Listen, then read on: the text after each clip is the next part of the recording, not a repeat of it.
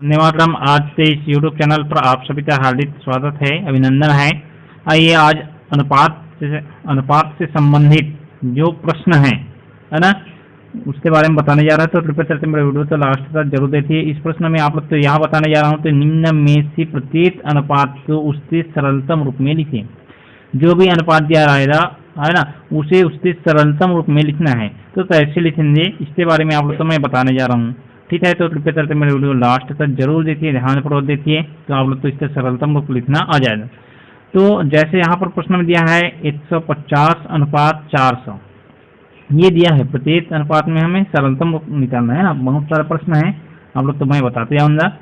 तो यहाँ पर दिया है पहला अनुपात है 150 अनुपात 400। इसका सरलतम रूप मतलब इसका छोटा रूप में हम कैसे लिखेंगे, हम इसे और छोटे कैसे कर सकते हैं। तो हम इसे छोटे करने के लिए क्या करेंगे, यहाँ पर हल लिख देता हूँ मैं। हल करके यहाँ पर अनुपात मतलब होता है बटा, अनुपात का मतलब होता है बटा। ठीक है, तो 150 बटा हम इसे क्या लिखेंगे 400। अब इसमें ऐसी संख्या दे लेते हैं जो इन दोनों को पूर्ण रूप से विभाजित कर लेता है ना। सबसे पहले तो हम यहाँ पर दोनों का शून्य शून्य काट देते हैं, बच दिया क्या 15/40। अब ऐसा तो इस संख्या देख लेते हैं जिससे पहाड़ में 15 और 40 दोनों आता है। तो वो होता है 5 है ना। 5 के पहाड़ में हम इसी काटेंगे तो कितना होगा, 5 क्या होता है 15 और 5 अट्ठे होता है 40। अब ये जो हो गया 3/8 हो गया है ना। ये और किसी अन्य संख्या से बाहर नहीं जाएगा सिवाय 1 है ना। तो ये लास्ट हो गया, तो हम इसे लिख सकते हैं 3:8। और यही 3:8 जो है इसका सरलतम रूप होगा, मतलब 150 अनुपात 400 का सरलतम रूप 3:8 होगा। इसे आप लिख सकते हैं लास्ट में, अतः 150 अनुपात 400 का सरलतम रूप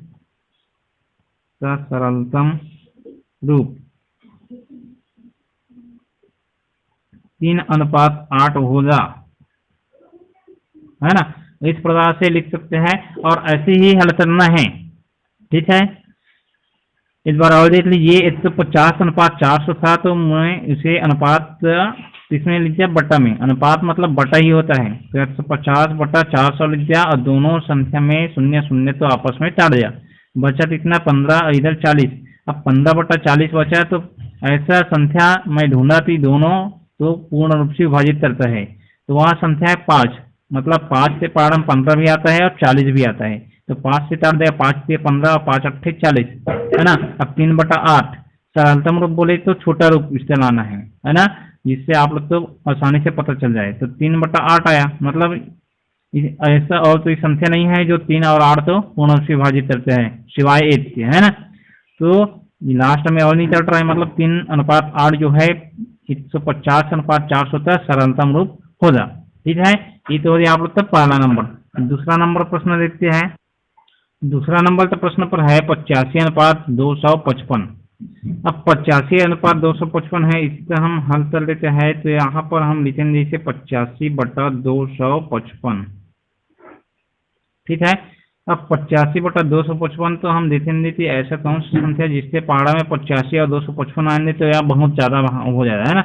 लेकिन इसे हम बात करने के लिए हम यहाँ देते हैं कि अंतिम में इधर 5 है, हो सकता है 5 से पहाड़ा में जा सकता है या फिर 3 से पहाड़ा में जा सकता है ना। यहाँ पर देख सकते हैं ये 85 है, इधर 55 है, तो हो सकता है। चलिए हम सबसे पहले 5 से भाग देकर देखेंगे। 3 से भाग देंगे तो 3 दूनी 6 होता है, 25 होता है, ये तो बाहर नहीं जाता। अंतिम में 5 है, मतलब 5 से बाहर चला जाएगा। तो 5 से पहले भाग दे देता है। 5 कितना होता है 5, बचा कितना है 3 बचा है, 3 बचा है ना। और कितना हो गया 35 हो गया, तो 5 सत्ते हो गया 35। ठीक है, अब इसी देख लेते हैं। 5 पंचे होता है 25 और 5 कितना होता है 5। आया कितना 17/51 आया है ना, 17/51 आया। अब देखते हैं ये और किसी पहाड़ में जाता है क्या, 17 तो ही पहाड़ में जाता है क्या, ये देख लेते हैं। तो 17 और 17 क्या 51 होता है, 1/3 है ना। ये सरलतम रूप में आ जाए, अर्थात हम यहाँ पर लिख सकते हैं इसे 1:3। मतलब 85:255 का सरलतम रूप 1:3 होगा। ठीक है, ये तो हो गया आप लोग का दूसरा नंबर का प्रश्न। तीसरा नंबर और देखते हैं। तीसरा नंबर पर है 1 दर्जन अनुपात 1 चोरी। यहाँ पर बहुत से लोग तो समस्या होता है, दर्जन बोले तो समस्या नहीं होना चाहिए, है ना, क्योंकि आप लोग तेला खरीदते हैं मार्केट में तो 1 दर्जन तेला दीजिए ऐसे बोलते हैं, तो 1 दर्जन में 12 ही तेला होते हैं, है ना। और 1 चोरी बोलते हैं, जो पहले के लोग बोलते हैं, अपने माँ परदादा लोग बोलते हैं ना, दादा दादी लोग तो पूछने पर पता चलता है कि 1 चोरी मतलब 20 होता है। यहाँ पर मैं आप लोग तो समझने के लिख देता हूँ, दर्जन मतलब 12 हो गया और चोरी मतलब 20 हो गया। 1 चोरी 20 की संख्या बोलते हैं और 1 दर्जन 12 की संख्या बोलते हैं।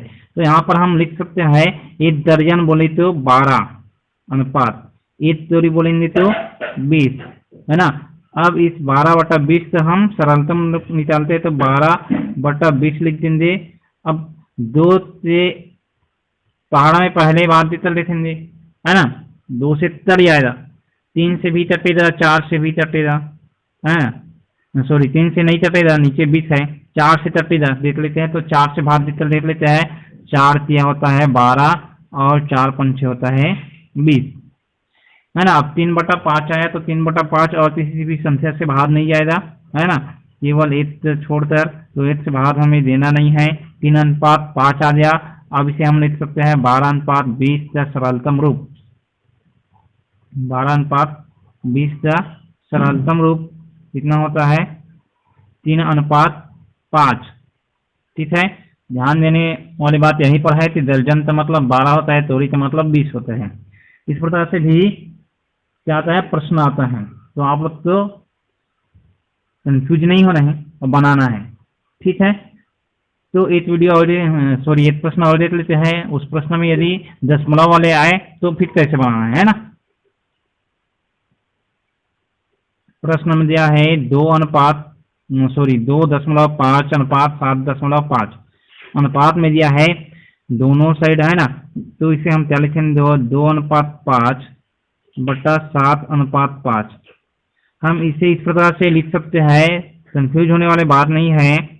यदि दोनों में दशमलव के बाद बराबर संख्या रहता है ना, और बटा रूप में रहता है, तो हम इसे डायरेक्ट इस प्रकार से लिख सकते हैं 25/75। 25/75, जैसे यहाँ पर दशमलव जो है 1 अंक के बाद में है, यहाँ पर भी 1 अंक के बाद में है, इसलिए हम इसे दशमलव तो हटाकर 25/75 लिख देंगे। यदि यहाँ पर दशमलव के बाद 1 अंक होता है, यहाँ पर दशमलव के बाद 2 अंक आता है, तो हम उसे नहीं हटा सकते। इसे मैं इस प्रकार से भी बता देता हूँ कि 2:5 लिखा है, मतलब वहाँ 25 उसे हम 10 लिख सकते हैं। ठीक है, और 7:5 लिखा है, 7.5 लिखा है, मतलब 75/10 लिख सकते हैं। तो जब इन दोनों के बीच में क्या चलते हैं बटा चलते हैं, तो ये 10 ऊपर चला जाएगा, है ना, और नीचे में 75, तो 10 कैंसिल हो जाएगा, तो 25/75। इस प्रकार से 25/75 भी होता है। अब 25/75 आ गया तो हम 25 से ही डाल देते हैं, 25 से हम 25 75 होता है ना, अर्थात 1:3 आ गया। तो यहाँ पर आप बोल सकते थे 2:5/7.5 का सरलतम रूप।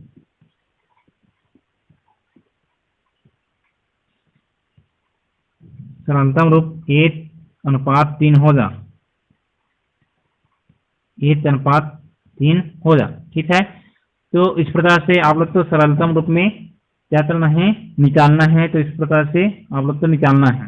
ठीक है, तो इस वीडियो में यहीं तक, अगला वीडियो में अगला प्रश्न लेकर आएंगे।